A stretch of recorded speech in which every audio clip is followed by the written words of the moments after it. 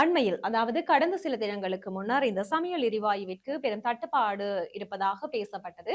இப்படி இருக்கின்ற நிலையில் சமையல் எரிவாயுவினுடைய விலையில மாற்றம் கொண்டு வரப்பட்டிருப்பதாக ஒரு தகவல் வெளியாகி இருக்கிறது. இதன் அடிப்படையிலேயே நிறைய பேருக்கு ஒரே ஏக்கமா இருக்கும். என இப்ப விலை அதிகரித்திருக்கா, இல்லை என்று சொல்ல சொன்னால் குறைந்திருக்கா, இல்லை என்றால் அதே விலைக்கு தான் விற்கப்படுகிறதா என்ற சந்தேகம் ஒவ்வொருவருக்குள்ளேயும் இருக்கும். அந்த வகையிலே பாத்தீங்கன்னு சொல்லி சொன்னால் லேப் சமையல் எரிவாயுவின் விலை அதிகரிப்பு ஏற்பட்டிருக்கிறது. அதன்படி 12.5 கிலோகிராம் நிறையுடைய அந்த லேப் சமையல் எரிவாயுடைய விலை ரூபாய் 150 அதிகரிக்கப்பட்டிருக்கிறது.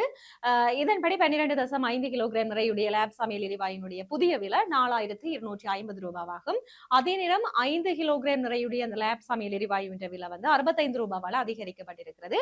இதன்படி 5 கிலோகிராம் நிறையுடைய லேப் சமையல் எரிவாயுடைய புதிய விலை 1710 ரூபாவுக்கு விற்கப்படுகிறது தற்போது.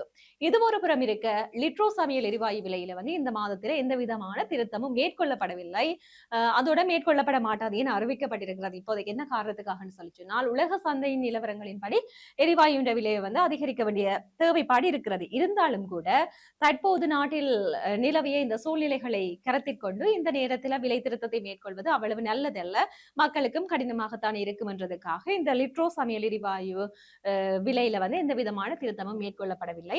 இதன்படி வளம மாதிரி நீங்க பெற்றுக்கொள்ளலாம். இப்ப லிட்ரோ எரிவாயுவினுடைய அந்த 12.5 கிலோகிராம் சமையல் எரிவாயுவினுடைய விலை 3690 ரூபாயாகவும் 5 கிலோகிராம் நிறையுடைய எரிவாயுவின் விலை 1482 ரூபாய்க்கும் பெற்றுக்கொள்ளலாம். அதே மாதிரி 2.3 கிலோகிராம் நிறையுடைய எரிவாயுனுடைய விலை 694 ரூபாய்க்கும் விற்பனை செய்யப்பட்டு வருவதாக சொல்லப்பட்டிருக்கிறது.